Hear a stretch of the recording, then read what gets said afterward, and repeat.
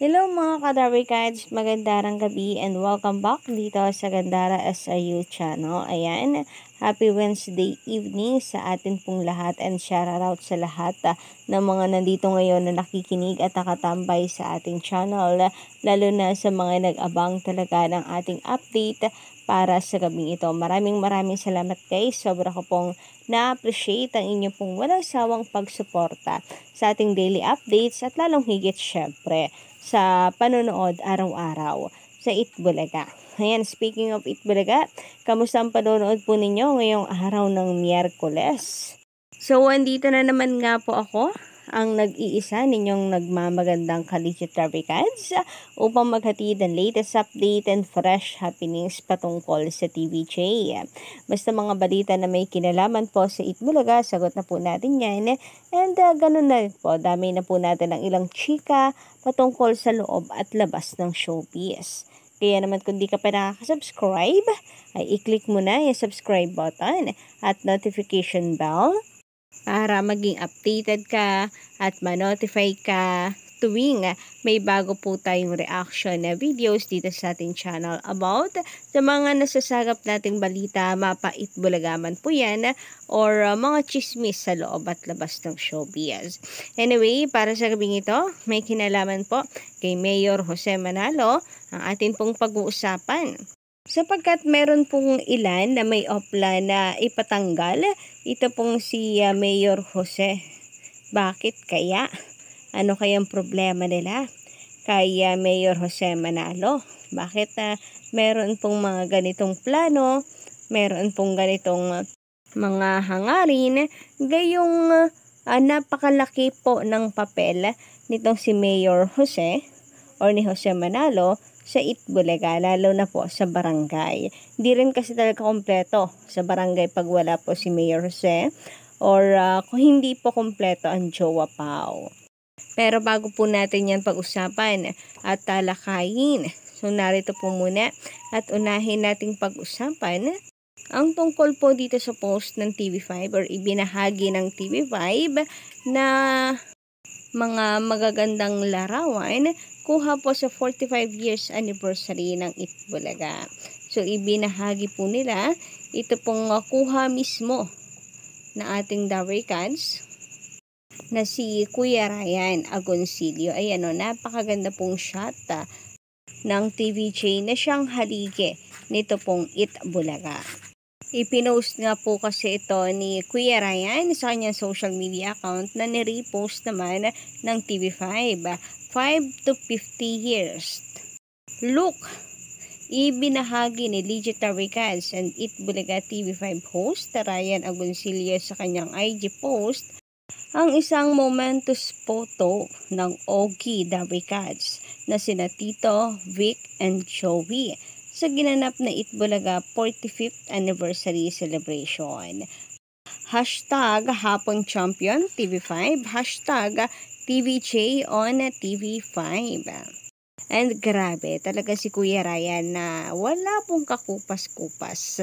At lagi po tayong inaamiss sa mga kuha po niyang larawan sa Itbulaga. Naalala ko po yung kuha niya na larawan ng TVJ with MVP nung panahon ng or unang lipat po ng TVJ sa TV5.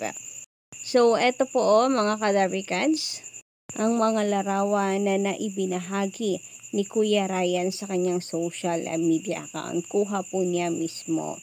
Anyway, sabi naman ng isa po nating komentor dito sa ating channel about sa nagdaan nating update.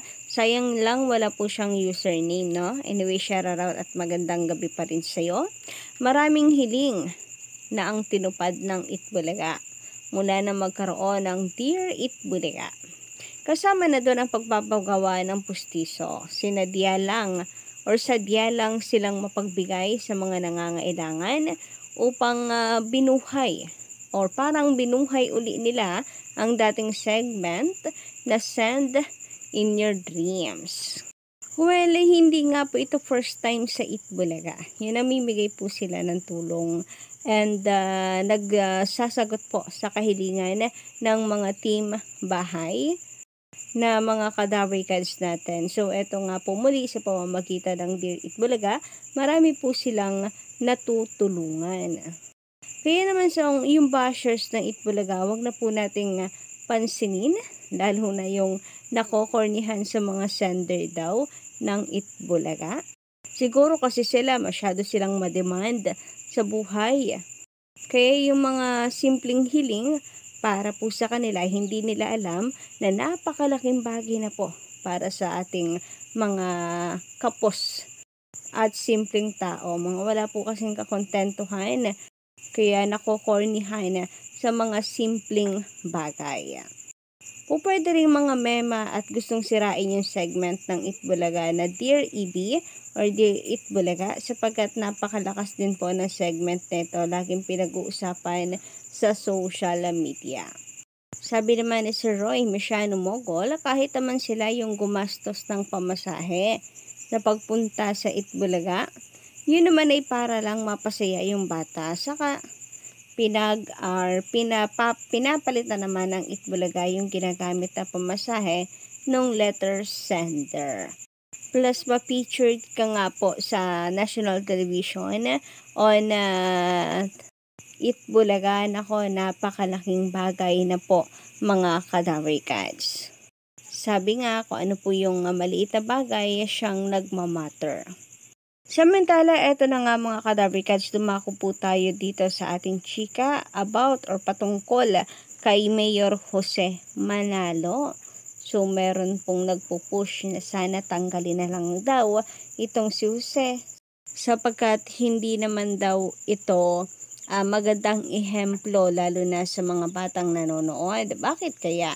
So, narito ilan pong komento ang ating basahin. Patungkol po ito sa nagdaan na nagdaan na Itbulaga Olympics na kung saan mandaraya nga daw itong si Mayor Jose.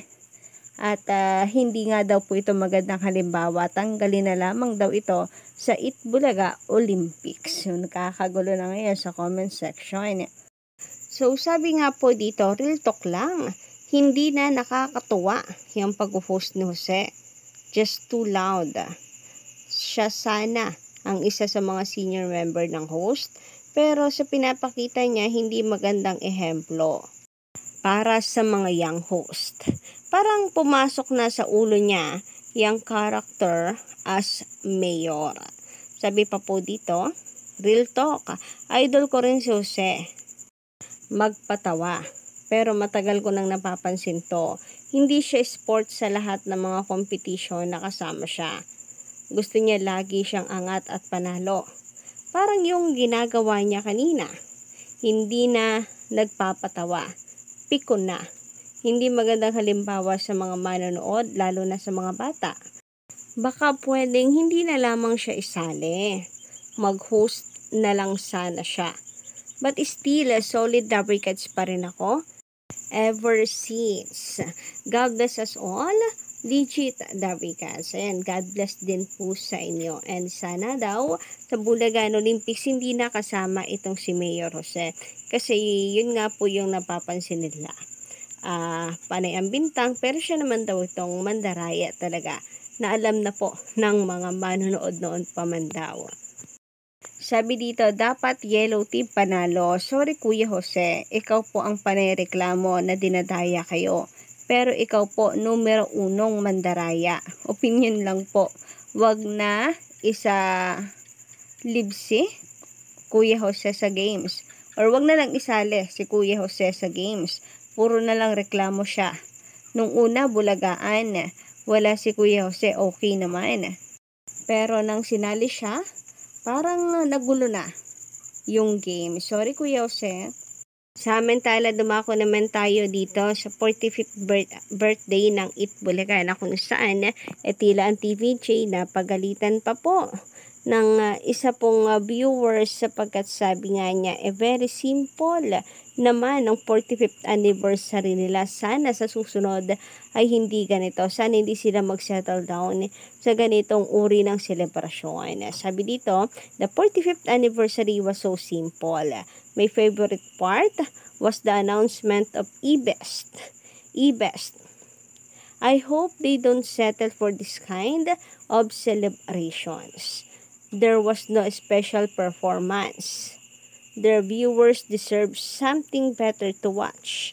Happy 45th anniversary, Digit Davicans, hashtag ItBulagaTV5 and hashtag Main Mendoza. So kayo ba guys, ano inyong say patungkol dito? Pa-comment nga lang po dyan sa baba. And don't forget to click the subscribe button and notification bell for more updates.